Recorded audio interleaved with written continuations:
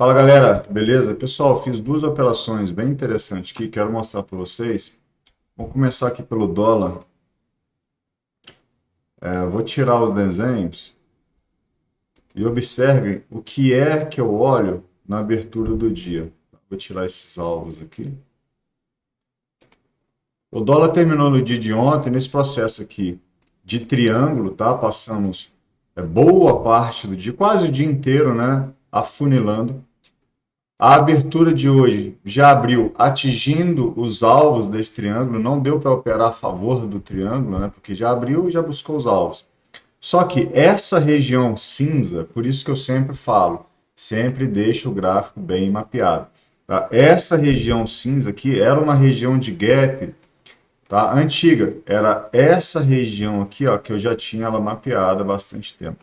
Essas regiões de gap antigos, tá? Elas tendem a segurar o preço momentaneamente ou muitas das vezes podem até reverter, tá? Mas normalmente quando o preço visita essas regiões pela primeira vez, tende a ter interesse, comprador ou vendedor. No caso aqui, né, o mercado tinha abrido, ele abriu já atingindo o alvo do triângulo, chegou esticado nessa região, então a possibilidade de segurar o preço era alta. Então voltamos ali com as médias, a gente tinha aqui um alinhamento de médias na ponta vendedora, né?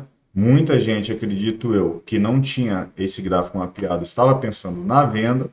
Tá? De certa forma, eu pensei na venda no início, até que eu analisei e vi todo o contexto. Então, o que que acontece? O mercado abre em gap, ele volta, ele tem uma barra forte. Por ter chegado uma barra forte nessa região, eu já entendi que dificilmente seria uma barra de ignição, a probabilidade maior era de que fosse uma barra de exaustão, tá? Então, visto isso, visto o cenário, a região, eu não aceito gatilhos na ponta vendedora. Ao contrário, eu vou estar procurando gatilhos na ponta compradora. Então, o que o mercado fez? Ele fez um fundo, um topo, fez outro fundo, subiu nas médias, tentou jogar para baixo, a gente já viu uma fraqueza, deixou um candle gatilho. Esse candle gatilho aqui, ó, foi onde eu entrei, tá? Então, peguei esse candle gatilho aqui, entrada na máxima, stop na mínima, e deixei o gráfico fluir. Visto isso, eu ainda não tinha como projetar alvos, né? Por quê? Ou eu projetaria esse tipo de vozinho, ou eu esperava o gráfico tomar rumo e projetava esse espelhamento aqui, ó. Eu deixei rolar, deixei o ativo superar a VWAP, trabalhar em cima da VWAP, e olha só o que acontece. O mercado ficou um pouco enrolado, ele consegue superar a VWAP.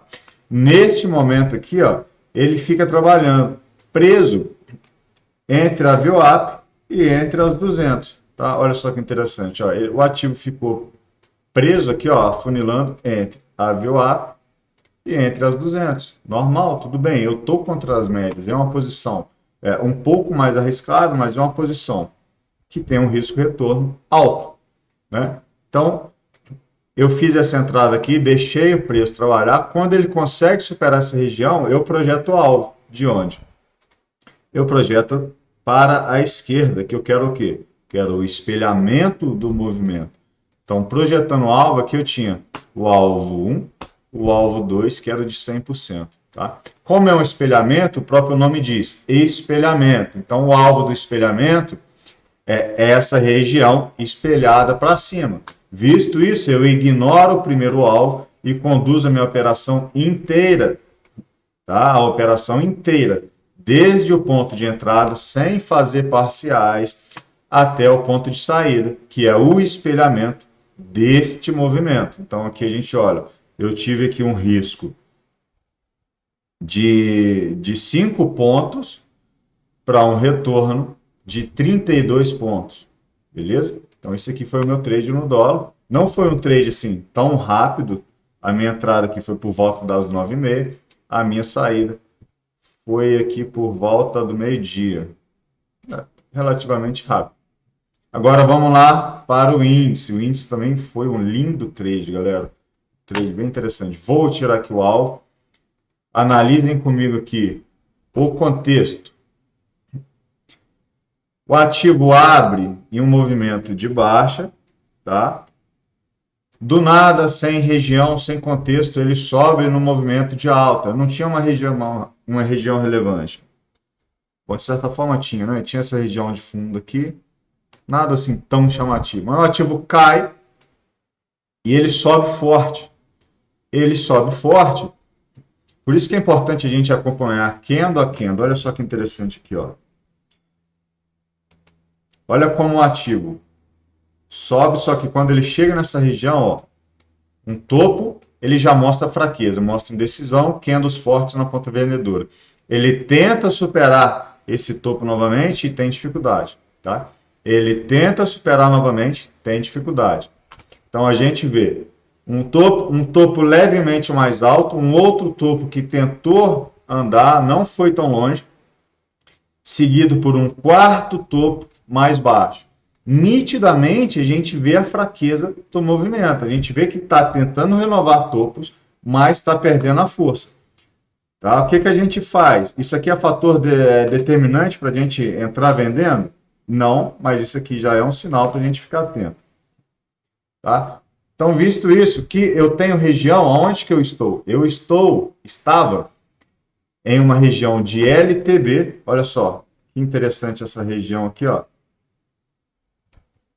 Olha só, o mercado mostra fraqueza numa região de LTB, eu tinha aqui divergência de RSI, eu tirei meu RSI daqui, se eu colocar vai bagunçar tudo, mas olhem no gráfico de vocês aí, tinha divergência de RSI também. É fator determinante para eu vender? Não, ainda não. Por quê? Porque as médias ainda estão alinhadas para cima e eu não quero vender contra as médias. Neste momento aqui, um candle estava caro, tá bom? Um candle aqui, pô, estava pagando 281 pontos. Eu não posso ter isso de estoque. Então eu espero, calma, tá? O ativo mostrou fraqueza, ele vem, retesta a VWAP, retesta as médias, elas ainda estão alinhadas. Quando o ativo quebra a média para baixo, a gente vê que tem um desalinhamento das médias. Então, as médias já não estão fazendo tanta pressão para cima. Então, a minha ideia de entrar vendido começa a fazer mais sentido, tá? Então, o que eu vou procurar a partir daqui? Seguramos na LTB, temos divergência, perdemos a VWAP. Agora estamos trabalhando abaixo da VWAP, na direção que eu quero, que é para baixo. Então, eu fiz o quê? Este candle gatilho aqui, ó, me autorizou a fazer a venda. Por quê? Porque a gente perdeu a VWAP, retestou, fizemos uma troca de polaridade na VWAP, e eu fiz a venda aqui. O meu stop foi em cima, tá? Não foi um trade tão rápido, a gente vê que aqui a gente tinha as 200 aqui embaixo, mas o trade veio desenvolvendo aqui lentamente em direção ao alvo. Como eu fiz para projetar o alvo? A projeção aqui foi muito parecida com a do dólar.